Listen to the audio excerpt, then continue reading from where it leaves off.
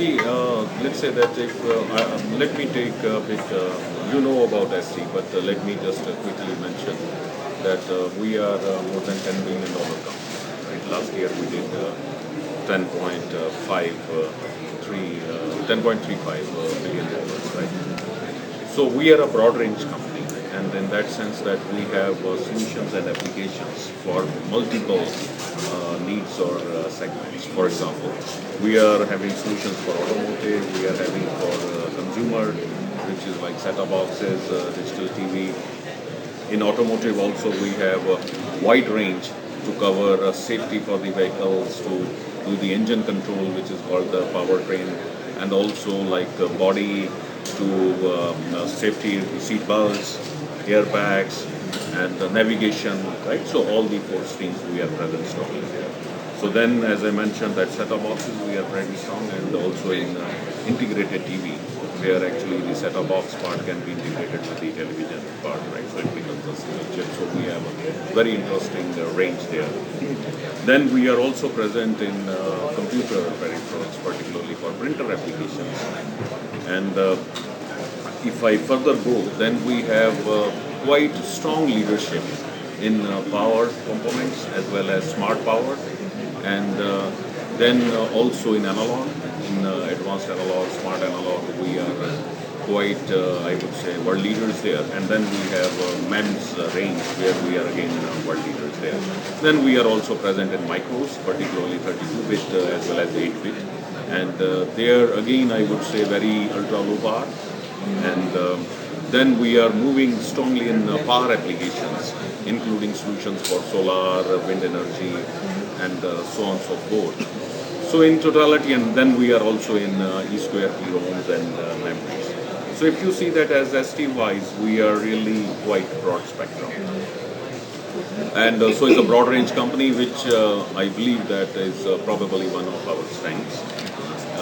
Because if we see that this convergence aspect, that we are having multimedia convergence now, right? So as we are present both in consumer, and then we have, by the way, I missed one thing, we have our joint venture with Ericsson, where we are present even in wireless, right? Pretty strongly. Yeah. So it's ST Ericsson is how it is. So if you see, then we are present in all gamut.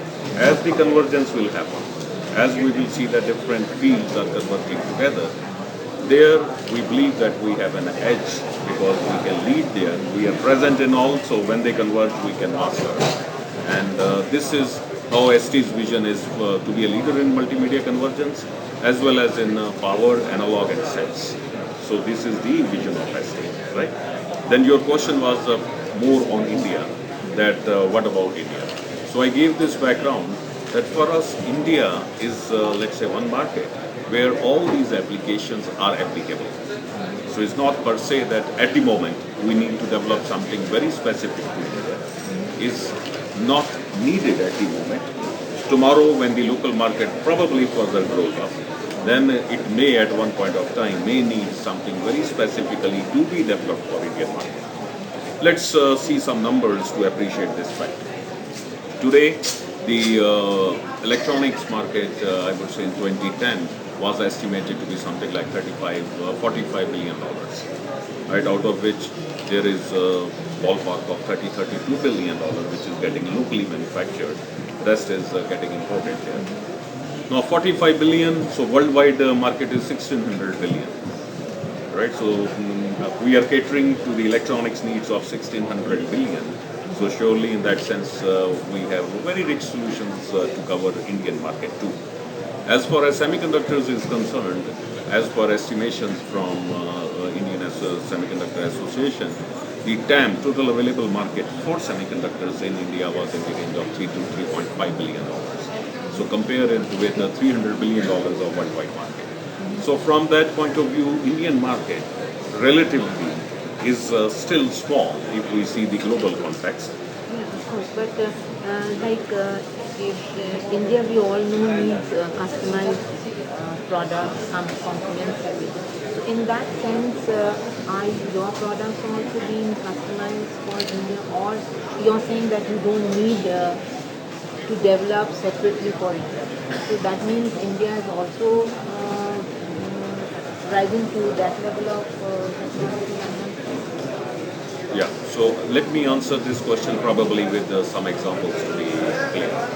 As far as need for certain specific applications, that can be very well true, right? There may be a need for an application which is well suited for Indian environment. However, in terms of semiconductors, that may not need a customization or from electronics application point of view, it can be correct. Like if we take our microcontroller range, which is STM32, they are fairly powerful to cover a wide variety of applications, right? Be it healthcare, be it in power and so on.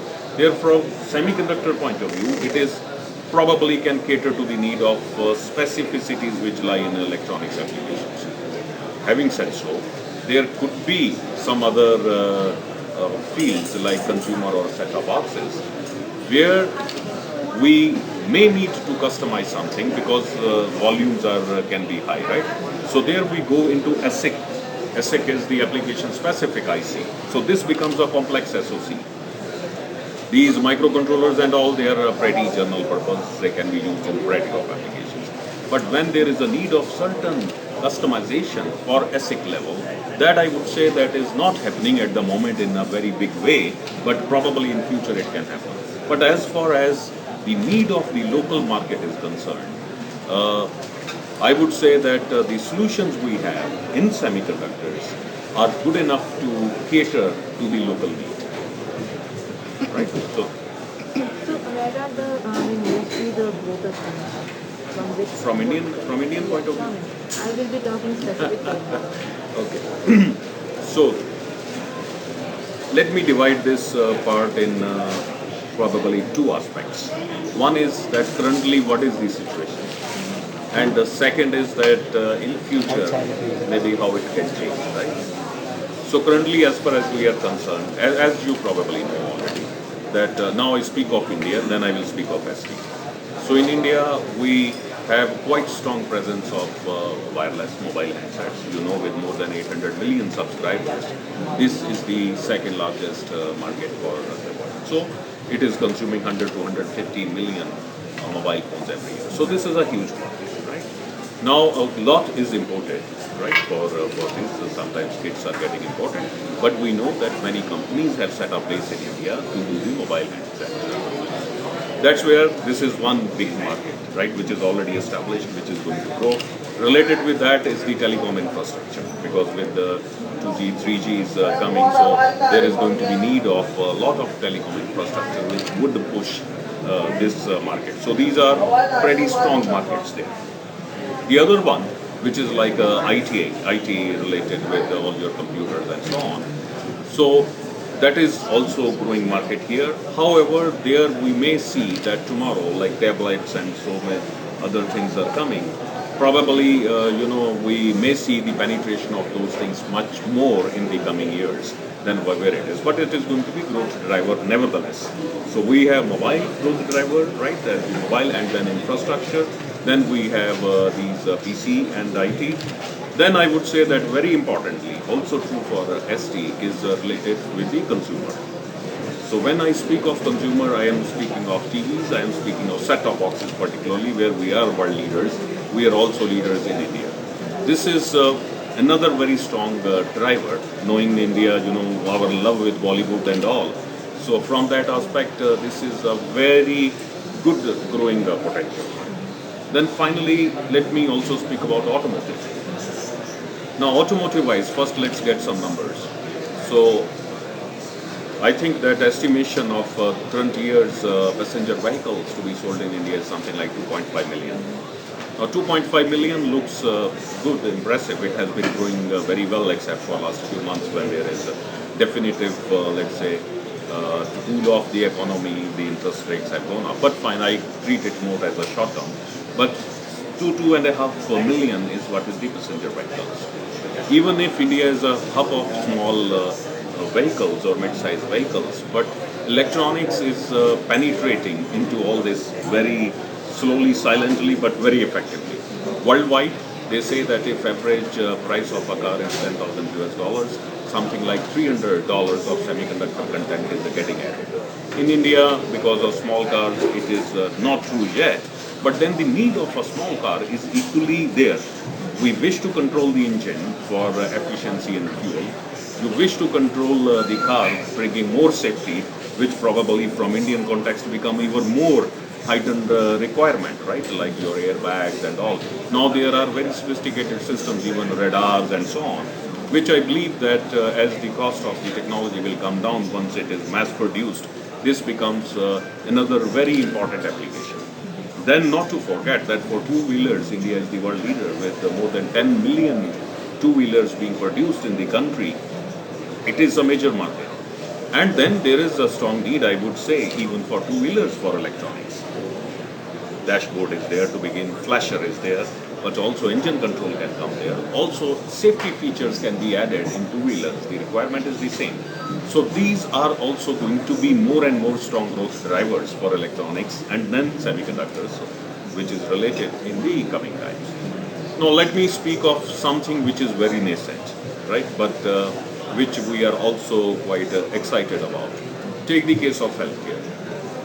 So healthcare-wise, I think the need is really big here. But let's look at some numbers first. So typically for everything, India's consumption is 2 to 3%. Typically, be it oil, be it electricity, be it electronics, be it semiconductors, with 17% of population living here. So this is kind of a gravity which will keep on pushing it. But in healthcare, we are even 1%, not even 1% of worldwide, right? So elsewhere is 2 to 3%. Healthcare is pretty low. Healthcare, as you know, is driven by three dimensions particularly, and one is affordability, accessibility, and then I would say awareness, because awareness also plays a big role in preventive healthcare. There, India is pretty, I would say, at a low level today. However, that also means a huge potential which is lying there. And there are great applications which are existing, which can help India leapfrog to next level. For example, telemedicine, if we speak about, right? Today, and you can see some of the applications displayed here, remote monitoring of the patient is a reality. There are solutions existing by which a patient can be remotely monitored. Let's take a few examples. Say ECG, portable ECG. You don't need a doctor to be present next door. If ECG can be captured and that can be sent, and someone remote, even if the person is not available in a village, right, doctor is not there, but is in a city or metropolitan, he can still see that whether there is a problem and can at least advise the first aid, that give this injection, let the patient lie down and so on. Similarly, like, the glaucoma in eyes, now there are solutions by which you can wear lenses, which transmit the pressure of lens there. Again, whatever is transmittable, it doesn't matter that we need to transmit for 1 kilometer or 100 kilometers, right? When it comes in the network, it can be utilized there. So therefore, the issue there can be that as insurance is used more effectively, that is the way to make healthcare affordable. Then, as per one study, we have around 1 million doctors' clinics or primary healthcare centers in India, 1 million. Now, if we can equip them with some basic, I would say, infrastructure, it can be portable ECG, portable ultrasound, blood pressure monitor, blood glucose monitor, get them connected. So this can actually help quite a lot in healthcare, which at the end is great for our people and for our population. Not just to focus on the super specialty hospitals, which consume quite a lot of let's say imaging and MRIs and all that stuff, which is fine, if necessary is needed. But point of care kind of applications in healthcare can let it penetrate to villages and to rural area. Remembering that 70% of our population is still in rural area. So this is where I would say there is lying untapped potential, which can affect people's life positively. At the same time, it can bring huge business opportunities. So when you speak about this futuristic technology, where does India stand versus other countries? I talk about Asian countries. See, I think that there is the potential, but how long will it take for India to adapt to these developments? Correct. These numbers I gave you is really worldwide numbers. Now, some of the Asian countries are, of course, very advanced themselves, right? Japan and all, probably the number of people who live beyond 100 years, you find quite a lot in Japan. Now these countries have really quite good, but if we compare with respect to other developing countries also, so I would say that in my opinion, that India still needs to progress quite a lot. But as far as technology is concerned, I come to the same point. In my opinion, the key is that technology is existing. It's not that we need to do lots of R&D to develop new technology. Maybe we need R&D to make it more cost effective or frugal innovation, as they say, right? So that it is easily penetratable. But as otherwise, the technology is there. Take the example of MEMS. Today, MEMS is finding a great application in healthcare because it can check and sense the movement, right? And so it is getting penetrated. Another example, lab on chip, by which it can check the DNA of the disease and can tell. For example, in India, we have malarias, we have dengues, we have H1N1s, and it takes few days before we can confirm what it is. With these technologies, it can be done much faster. So what I am saying that technology-wise, it is existing. The key challenge is to take that and let it apply here in India.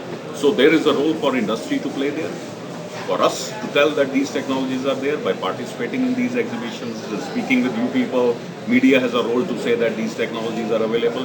Then there is a role for entrepreneurs in the ecosystem to be able to tap in that. And I believe there is also a strong role for the government to have the right policy framework, particularly in cases of healthcare. You need regulations, you need certification. So technology-wise, to come back to your question, I don't think that there is any dearth of technology availability. It is much more to apply and to use it and to put it on the accelerated path. A few components have to simultaneously work, like, take the example of a villager who is a family of maybe 10 people.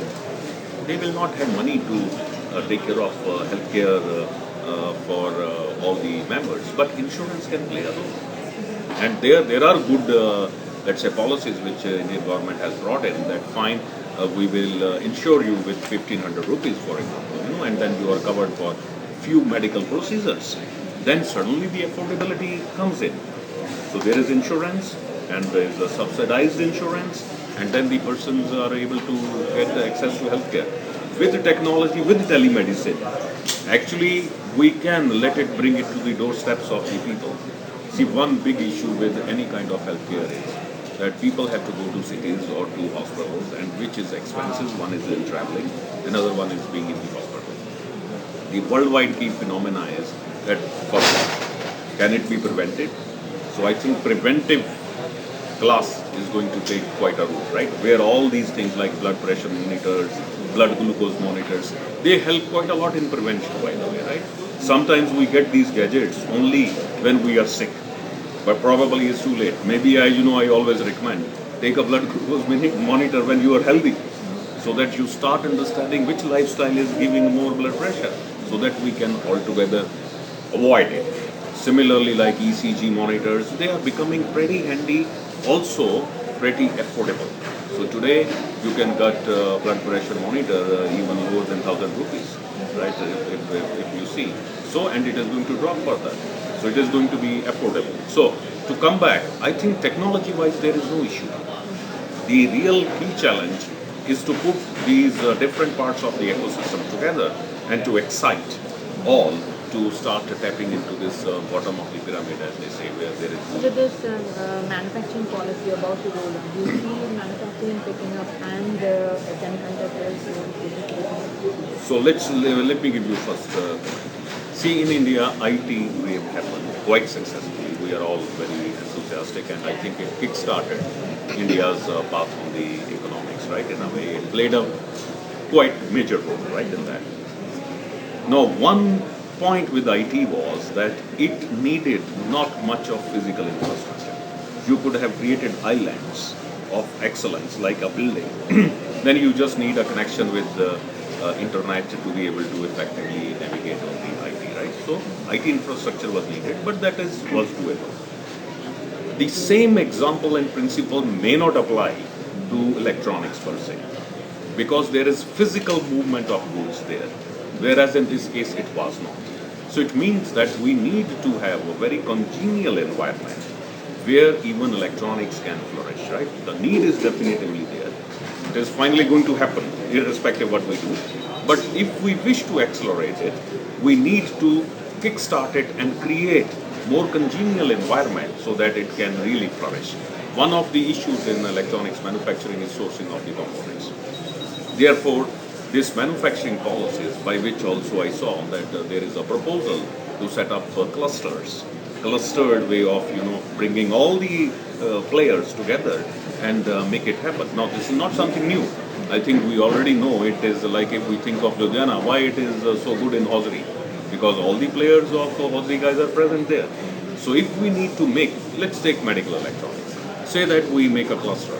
That this is the cluster, this is what will excel in medical electronics, and all the different players are invited to be there, so that sourcing of components become easy and so on. So this is one part where policy framework, really some kind of intervention as well as push from government will help. Second, I would say that, and this is I am also glad to see that there is focus on it. We may need R&D, right? Even if I am saying that technology is existing, it's to begin with. But as the whole thing flows, then R&D would be necessary, because the cost sensitivity probably in India could be much more than developed countries. So there again, it would be very nice that if as a state, as a government, we are really participating and giving good funds, R&D funds to develop solutions for India, right? So this is another one. Then I think we need to see really the tariff point of view. Sometimes it may happen that instead of manufacturing something in India, it becomes cheaper to import the finished goods there. That's where we need to be very careful. That's where I think we need to see that what are the bottlenecks. And we, by construction, should not make it that you import it that is cost effective as compared to manufacturing in India. This can be devastating, right? Because this kills. Then why someone would really like to manufacture in India? It's much better to be a trader to bring the things from outside. So I think that these policies, which I am seeing that the government is actively looking into that, we are quite enthusiastic with it, that electronics will need government support if we wish an acceleration on that, because, and then also, easing out the framework that goods movement can be facilitated with the relative ease, apart from other benefits which government can bring, also bringing probably tax incentives. So I think those are effective tools to really develop something, knowing that we are 45 billion, right, which is as compared to 16 billion, pretty low. I think that role of state is an important role in this, right, and we are enthusiastic about these policies which are being discussed. How is ST positioned versus other I wouldn't say semiconductor companies in India? We, let's say that first of all, we are present in this country since last 2.5 decades. So we started our operations in 1987. I would be proud to say that we were among very few companies who could see potential of India. I'm speaking of 1980, mid-80s, right? So India was not like that what it is today. So it was hard to see that this country can really come up, and at that time, right, India was not even open, which happened early 90s, right? So in that sense, I think we were among those pioneering companies who could see that there is good talent available to begin with, but tomorrow market is also going to come up here. So we started to invest since 1987. So we have now, starting with 4 engineers, we are now 2,200 engineers, including our joint venture with Ericsson, ST Ericsson. So we have 2,200 engineers, and I believe that we figure in top 3 captive centers from multinationals, right, in India, right, in that. So we are among top 3. In terms of our local sales also, because of our, thanks to our investment from the beginning, I believe that we are among the top 3 in semiconductor suppliers in India. And what is that one edge you have over and above the other your rivals? No, I think that first of all that we, as I mentioned to you, that overall being broad range, we can, India, let's take a bit back seat and see. India is a diverse country. Its needs are not going to be just specific to one sector. We will consume everything. We will consume lighting, we will consume power supply, we will consume set-top boxes, we will consume PCs, we will consume tablets, mobile phones, so everything. So I believe that one unique advantage we have, that our presence is in all these segments, which I may say that some of our competitors may not have that, right? So we are able to serve all these. We are also pretty present in terms of our analog and power solutions, right? Which is today India quite significant market, and we are also present very strongly in LED lighting. Apart from set-top boxes, which I mentioned. So I would say that being a broad range, we bring quite a good solutions for almost many applications, if not all. And then our presence for last 2.5 decades is also helping us quite a lot, because we invested at that time. We have very strong our sales and marketing teams present here who can develop reference solutions and the designs for our customers.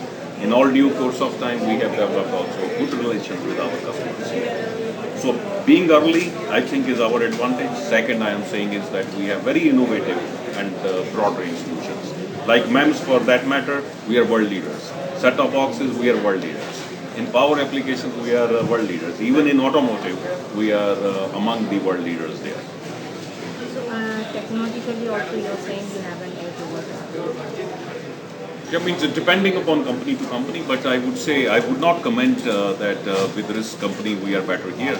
But I would say that as a company we invest quite a lot in our R&D. Worldwide, if you see, our investment in R&D is more than 20%, right? And also being an IDM, right? So we are knowing our technology very well. We have some technologies which are very differentiating. So we have technologies in CMOS, which is pure, I call like set-top boxes, TVs, they are put there. Then we are also having BCDs, which are very interesting technologies, with BIMOS, CMOS, DMOS. To say what it means is that like smart power, if we need to develop a smart power solution, what is smart power? Smart power is having something which can control power consumption with smartness, which means that there is an element or CPUs along with the power stuff with it and analog for the control. So from that we do have a technology. Then we have a technology for embedded flash. So overall, I think that the technologies which we master as ST is also another very important differentiating factor. Let's a little bit diverge to speak about maybe smart power. See, worldwide it is estimated that in 2010 there is something like 19,000 billion kilowatt hours of energy consumed worldwide. This is forecasted to go to 30,000 billion kilowatt hours by 2030. Huge electrical energy.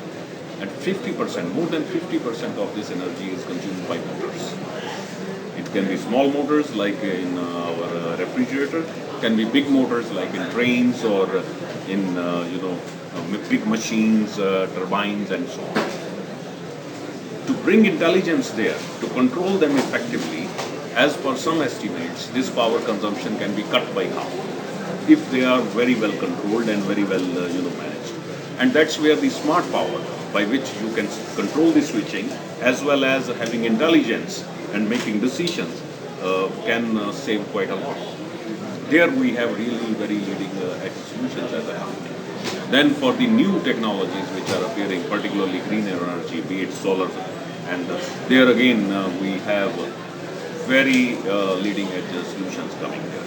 So in nutshell, I would say that being broad range, being innovative, being investing in R&D worldwide, and having an array of technologies with us, which I believe that puts a good edge for us to be there. These all things become differentiating. And for India, our presence since last 2.5 decades and our investment since that time and the capability to develop solutions for local people and the relationship with the local customers, that's what I would say is really differentiating. So all the effort that you with R&D, or some customers, are they aware of all your efforts in research? I would say, how are you promoting your brand? How are we promoting our brand? So let's say multiple ways. First of all, to answer to your question, it is never sufficient, right? So customers, you need to win more customers every day. You need to go after that. But as I mentioned that we believe that we are at a very strong position. We are among top 3 semiconductor suppliers as per our estimations, right? And from that point of view, I think that we are strongly present in the local market with quite good success. Then with customers who are with us, of course, we have one-to-one engagement. We bring all the latest technologies and solutions and work with them to develop for themselves. Then also knowing that India is mass market too, is also that many other people who may be venturing there but otherwise not available. So we bring this strategy like we are present here today. We were present in embedded systems. So we showcase our new technologies even to excite our prospective potential customers. So that's what I say is, you can never relax. It's not you can say that I have good customer base. So we need to be hungry all the time and to develop more and more business there. Right? And you feel that these efforts are helping you. So yeah, I think that is one means, right? That being present there and being able to showcase, but not only the only means, right? As I mentioned, we need to engage one-to-one with our customers. We need to do our road shows to bring more customers there. We need to speak with media. We need to excite media that these are the technologies you can. So probably not only single one, but just as one of the means, I believe that these are the correct ways to do it. Now we are always hungry to see even better responses, even bringing more customers there, right? When you invest, you would like to see more. But otherwise, I would say that this is one of the viable means to achieve and to reach people who we may not be knowing otherwise. Yeah, this is Ranjit.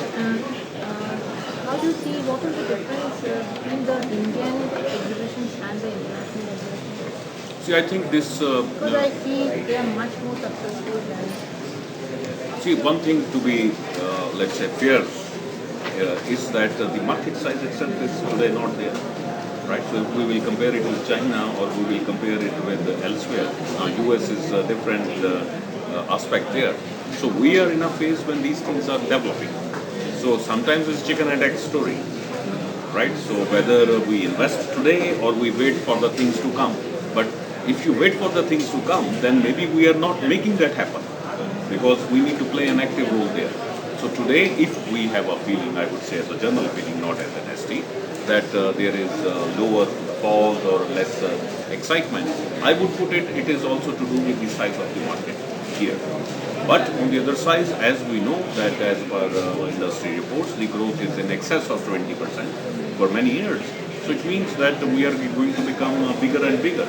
Even as ST, we have declared to the media that we did more than $370 million of business in India, including our partnership with ST Ericsson. So from that point of view, the market is really becoming growing. Therefore, we need to nurture it. Probably not get discouraged with because that is the way. When the market size will go higher and higher, we will see more excitement. We will see more entrepreneurs coming in. We will see more equity funding for electronics venturing. Right? How do you see the LED and the solar markets developing in India?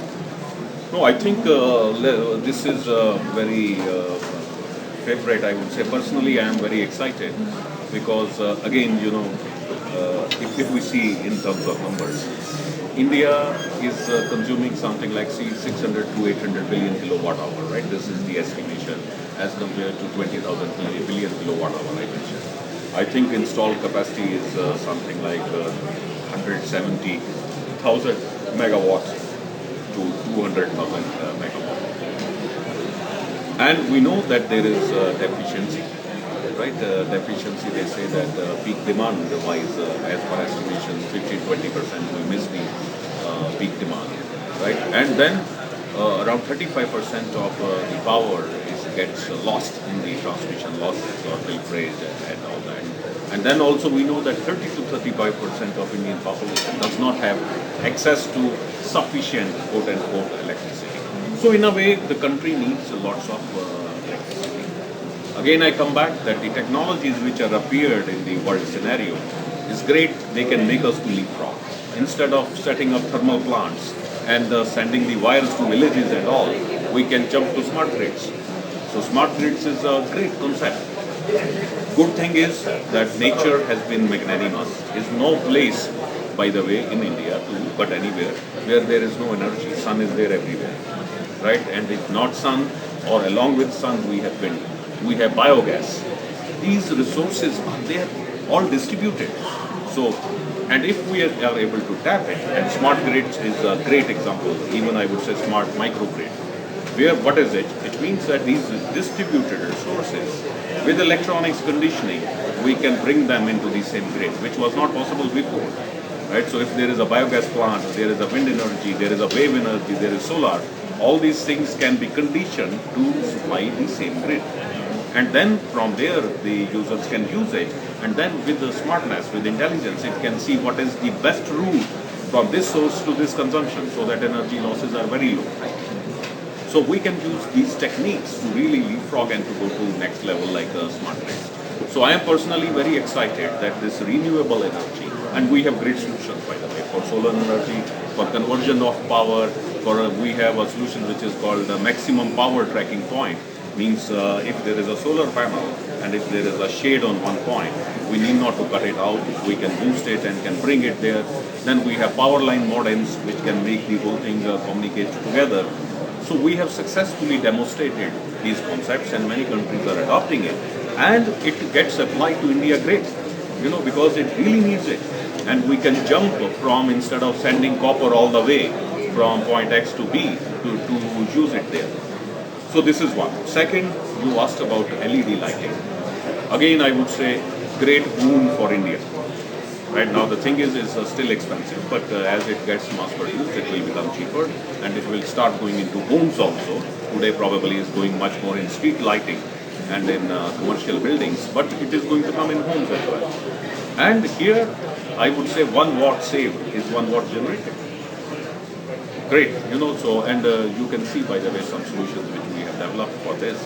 So I am really sold on that we must consume less, not making, not to say that affecting our lifestyle, but using the latest technologies, energy efficient technologies, even fans.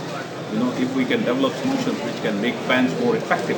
There are millions of fans sold in India every year, and millions of fans installed there, which are consuming energy. If those motors can be controlled better with electronics and with some energy efficiency, excellent. Then there is also in power supplies, by the way, like set-top boxes, like TVs. When you are putting it on standby, which we do most of the time, if they consume less power, it's again equivalent to generating more power, right? And imagining 200 million homes are there in India, thinking that at one point of time they all have TVs, probably multiple TVs, set-top boxes. If they consume less energy in standby as well as in active, we can save quite a lot. So I think this is great boon for us that we are at a cusp where probably global warming has brought in worldwide very huge focus on renewable energy as well as in power efficiency, which we can capitalize and can leapfrog instead of becoming huge power consuming country. Because imagine with $1.2 trillion, if we will consume like how other nations have consumed in the world, it will be a catastrophic. How do you see, so much is happening with the technology. But do you think that the Indian electronic industry is aware of all the technologies that is happening worldwide? Maybe. I would not talk about the top companies, they must be aware. But what about the middle level and the lower? No, I would say there is a work to be done. We need to work harder. We need to not only tell that these are the solutions existing, but also probably show the way. I'm saying collectively, semiconductor industry, electronic industry, government, media, all have to play a role to, first of all, to say and to put really strongly the point that electronics is a critical component for any society. Worldwide, nations have leveraged electronics for the benefit of creating wealth for their countries. India must do it, and India can do it. There is a capability, there is a consumption, there is a market. But then we need to, one is to make aware, but I would say not only making aware will solve it, then give the means to develop something. Right? If someone is very excited, then probably he should be able to get funding either from private or maybe from public, should be able to invest there, and then should be able to do correct marketing, maybe with the support of some government policies, right, with maybe some national programs which can help, right? So national programs, if we say that, these are the standards for automotive or for two-wheelers, it will can kickstart those things. So I believe that, so to answer to you, I don't think we are where we can be. I repeat, with 17% world population, consumption of 2 to 3% is not matching, right? So therefore, it has to change. So we need to keep on. So good news is that our growth rates are better than the world rates, right? But no let up. Still, everyone has to do. Even institutes have to do a lot. I am speaking of universities, right? There we need to excite new engineers, young engineers, to come into these fields and start developing applications. There is a role for industry to play. There is a role for government to play, for universities as well as for the faculty, right? Not to lose engineers for maybe some jobs which are more finance and all, right? An engineer who loves engineering, I would say that probably we need to give him means and excitement to develop solutions for engineering. So is ST playing any role in connecting to the engineers, the would-be entrepreneurs maybe? So connecting to engineers, the role, one is generic roles, like, we appear in these expos. I personally do keynotes. We bring our other colleagues from ST to do keynotes. So there, I believe that the audience, and when people are present there are also, because I can judge from the questions which they ask.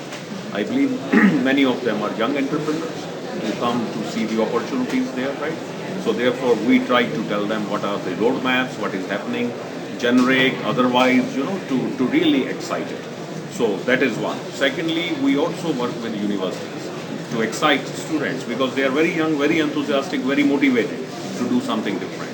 So we are working with 4 or 5 universities in India to do a lab there, to bring the students in our labs and to showcase to them the products which we are doing, right? And also we invite faculty time to time to visit our campus, because we need to bridge the gap here also. Academia, that is a great place. If student is charged, I think then he can make the right decisions for his or her career. And the faculty plays an important role to guide the students. But then we need to expose the faculty to industry. So there, as ST, we are taking initiatives to bring faculty here. We have also a professor on working with us as a consultant, right? And time to time, professors come. Students, we give them anyway training, right? 6 months training, and more than 100 trainees every year are enrolling with us. So we train 100. So one is, of course, to find some good and who can come. But I would say that is more a byproduct. Much more vision is really to bridge the gap between academia and industry. The entrepreneurs, many times, if we look at the world scenario, are generated from there also, from the universities, from the research. My last question, with the government making little effort to start manufacturing semiconductors, do you see investors coming in? Your question is specific to manufacturing of semiconductors or electronics? Semiconductors. No, I think, let's view it like that. So first thing I mentioned, that the local market today is relatively low. A high-end fab needs to produce, similar to what is the size of the fab to be successful, right? Therefore, from the market point of view, as of today, probably it will not be making good economic sense to let's say, potential investors. Also knowing that semiconductors-wise, there is quite good capacity available otherwise. However, going further, 5 to 10 years, it could be that some people are excited about it.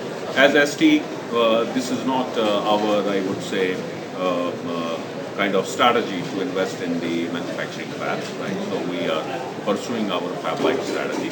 But I would not exclude some other investors to look at the opportunity in medium to long term and to look at this, that how the whole market is going to go. Right? Because market is going up. Right? So in future, for some people, it can be interesting, but it's up to them. As ST, we don't have, let's say, plans to expand our manufacturing base in India.